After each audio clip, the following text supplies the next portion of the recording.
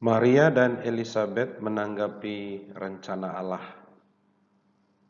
Pembelajaran Agama Katolik kelas 5 semester 1 materi ke-8. Selamat bertemu kembali anak-anak dalam pembelajaran Agama Katolik. Semoga kalian sehat-sehat ya. Dalam pembelajaran sebelumnya kita telah membahas tentang Ester. Apakah kalian masih ingat tentang siapa itu Ester? Semoga seperti Ester, kalian berani memperjuangkan nasib orang yang menderita atau terancam hidupnya. Dalam pembelajaran kali ini kita akan membahas tentang Maria dan Elizabeth menanggapi rencana Allah. Apakah kalian tahu siapa itu Maria dan Elizabeth? Sebelum kita membahas tentang Maria dan Elizabeth, mari kita berdoa. Dalam nama Bapa dan Putra dan Roh Kudus. Amin. Ya Allah Bapa yang Maha Pengasih, hari ini kami hendak belajar untuk meneladani Maria dan Elizabeth yang taat, setia, dan rendah hati. Ajarilah kami untuk meneladani mereka agar rencana-Mu dapat terlaksana di dalam diri kami dan semua orang. Demi Kristus Tuhan kami. Amin. Dalam nama Bapa dan Putra dan Roh Kudus. Amin.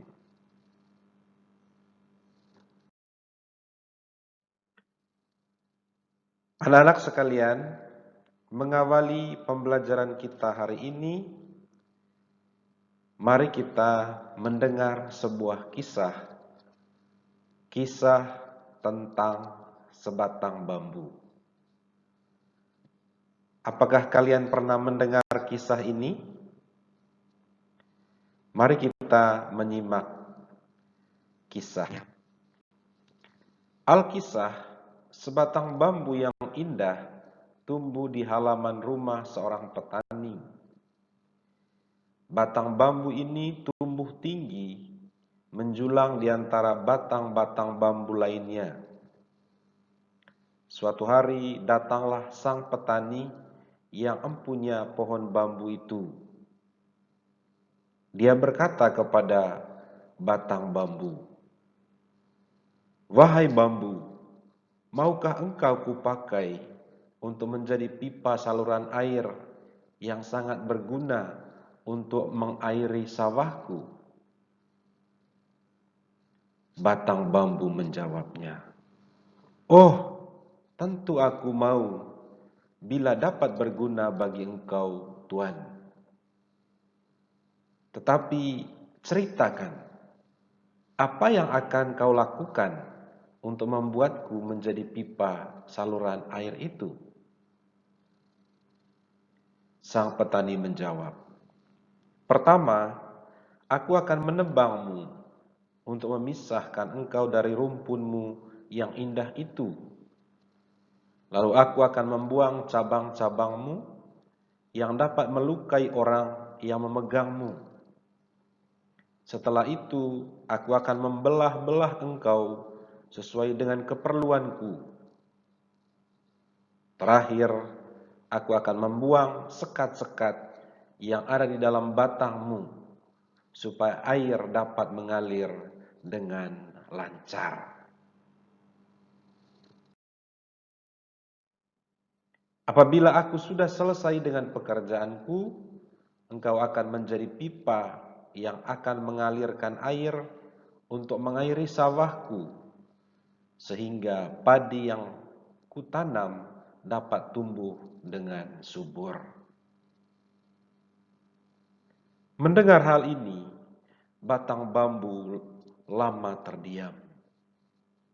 Kemudian dia berkata kepada petani, "Tuan, tentu aku akan merasa sangat sakit ketika engkau menebangku.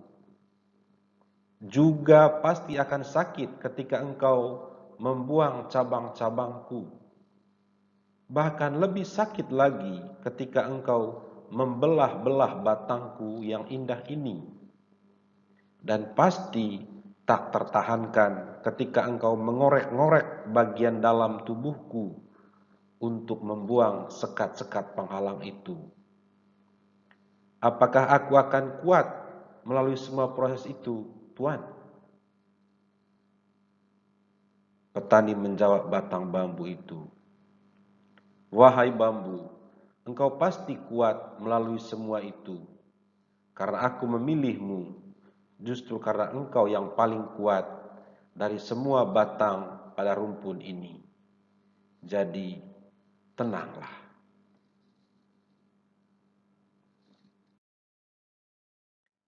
Akhirnya batang bambu itu menyerah. Baiklah Tuan, aku ingin sekali berguna bagimu. Ini aku, tebanglah aku, perbuatlah sesuai dengan yang kau kehendaki. Setelah petani selesai dengan pekerjaannya, batang bambu indah yang dulu hanya menjadi penghias halaman rumah petani itu, kini telah berubah menjadi pipa saluran air yang mengairi sawahnya, sehingga padi dapat tumbuh dengan subur dan berbuah banyak. Itulah anak-anak sekalian kisah tentang sebatang bambu milik seorang petani yang akan digunakan untuk mengairi sawah. Bagaimana? Jelaskan ceritanya? Mari kita mendalami cerita ini dengan bantuan beberapa pertanyaan. Pertama, bagaimana perasaanmu setelah mendengar kisah tadi? Apa yang dilakukan petani terhadap bambu tersebut? Bagaimana bambu menunjukkan ketaatannya pada petani? Menurut kisah tersebut, apa jasa dan buah pengorbanan bambu tersebut?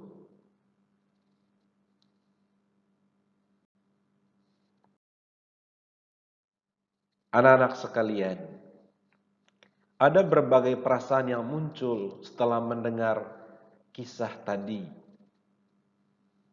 Ada sedih, bangga, salut, dan perasaan-perasaan lainnya.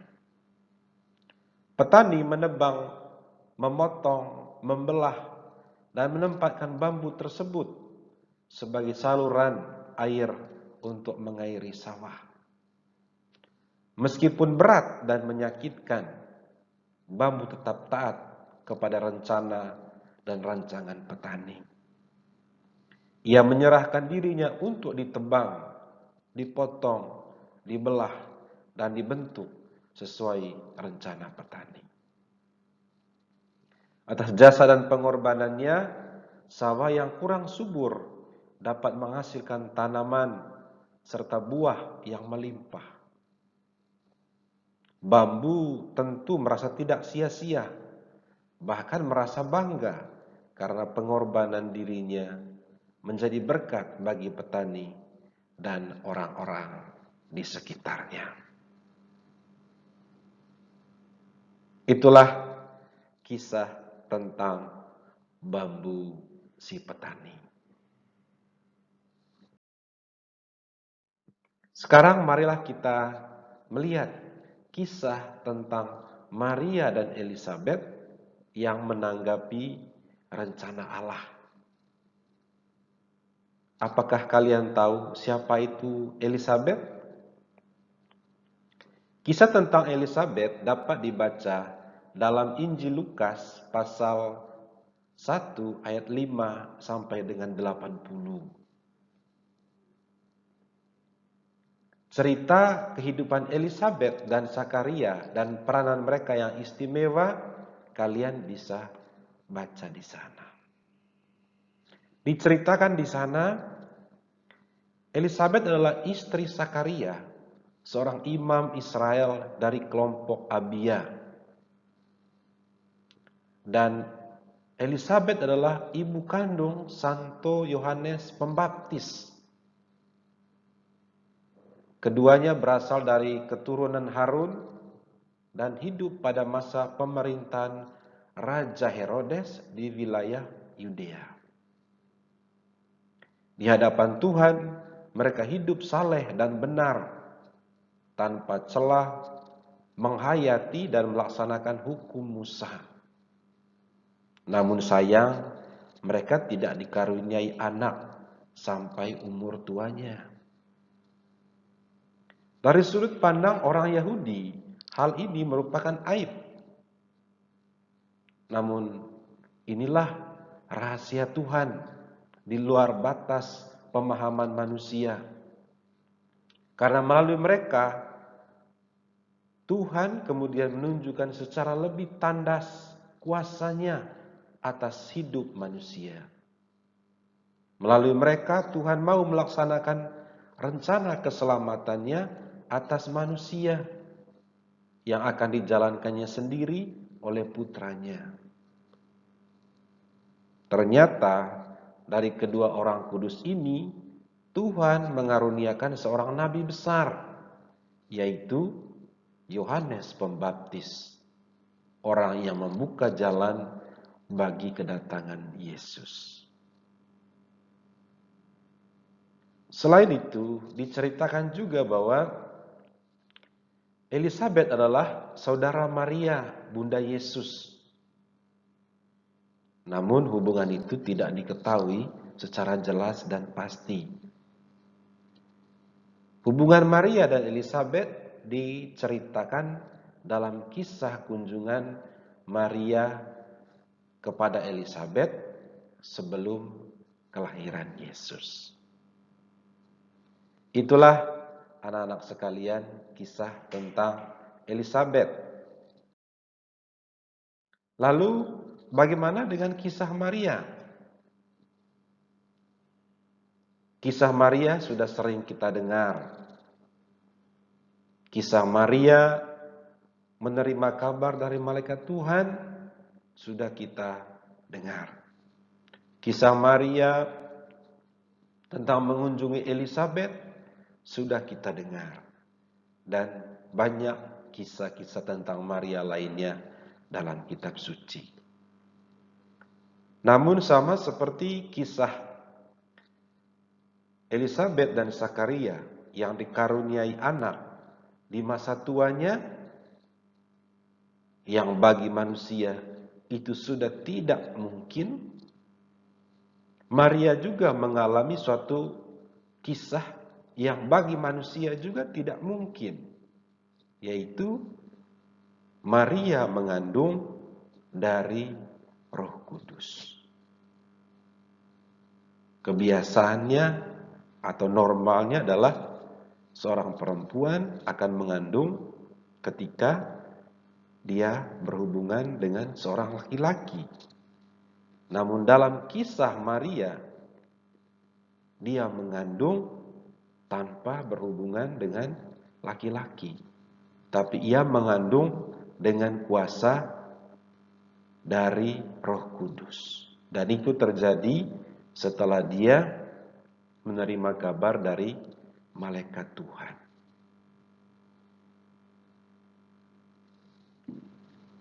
Itulah anak-anak sekalian kisah tentang Maria dan Elisabet. Berdasarkan dua kisah itu, mari kita mendalaminya. Pertama, apa yang diharapkan Sakaria dan Elisabet sampai pada masa tuanya? Secara manusiawi, mungkinkah Elisabet mempunyai anak? Bagaimana Elisabet mempunyai anak? Kabar apa yang disampaikan oleh malaikat kepada Maria? Bagaimana sikap Maria?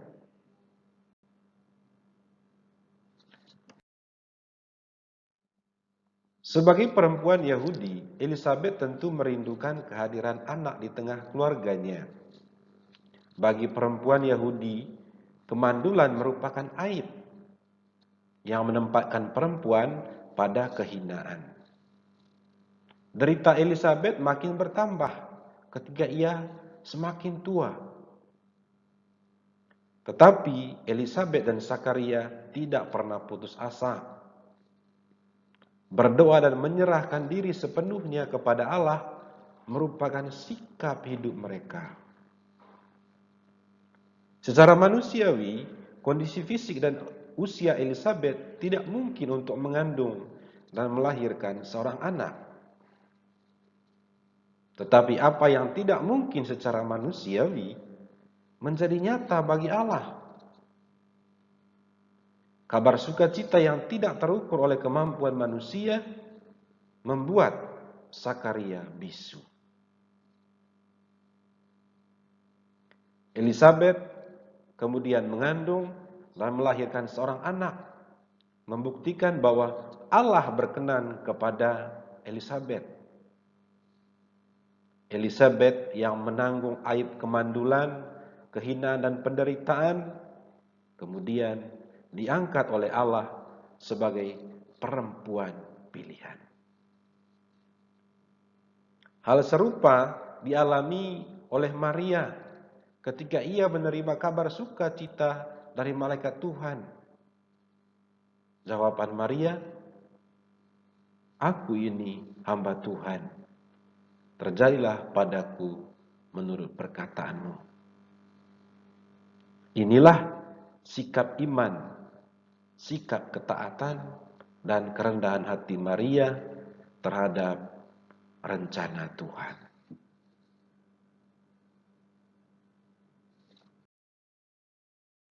Anak-anak sekalian, dari pembelajaran kita tentang Maria dan Elizabeth menanggapi rencana Allah, kita dapat menarik beberapa kesimpulan. Yang pertama, Maria menjadi perantara kelahiran Yesus. Elizabeth menjadi perantara kelahiran Yohanes Pembaptis. Semuanya terjadi secara ajaib, baik di mata Maria maupun Elizabeth dan Zakaria. Namun keajaiban itu hanya mungkin karena Maria, Elizabeth dan Zakaria taat, rendah hati, dan percaya pada rencana Tuhan. Karena itulah Maria dan Zakaria kemudian melambungkan kidung pujian kepada Tuhan. Mereka memuji Tuhan karena ternyata rencana Tuhan melalui mereka begitu indah.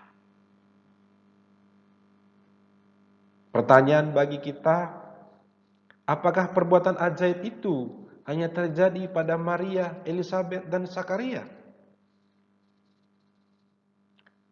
Tuhan tetap berkarya bagi siapa saja yang percaya kepadanya. Ia tetap melakukan perbuatan-perbuatan ajaib. Perbuatan ajaib Tuhan tidak selalu berarti suatu perbuatan dari yang tidak mungkin menjadi mungkin. Perbuatan ajaib itu juga bisa kita lihat dan alami dalam hal-hal yang biasa. Misalnya, menyaksikan warna sayap kupu-kupu atau warna-warni bunga di taman atau hal-hal lain yang kita lihat. Semua itu merupakan karya ajaib Tuhan. Keajaiban Allah juga bisa terjadi melalui peristiwa dan pelbagai cara. Alam, orang tua, saudara merupakan saluran dari keajaiban Tuhan. Mereka ada di sekitar kita, mereka ada bagi kita tentu karena rencana Tuhan indah bagi kita. Semuanya itu mengundang kita untuk menanggapi dengan penuh iman seperti Maria, Elizabeth, dan Zakaria. Orang yang tidak percaya pada keajaiban Tuhan atau melawan rencana Tuhan adalah ibarat orang buta. Bandingkan dengan kisah Zakaria setelah ia menerima kabar dari malaikat Tuhan, namun ia tidak percaya. Zakaria mengalami kebutaan dan bisu.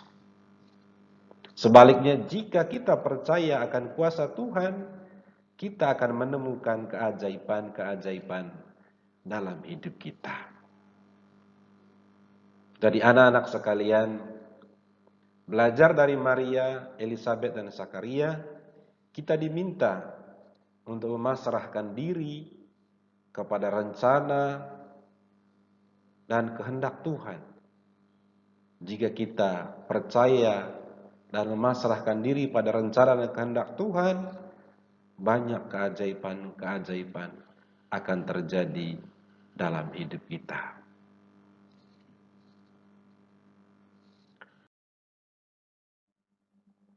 Demikianlah anak-anak sekalian pembelajaran kita hari ini sebagai penutup dari kegiatan kita hari ini.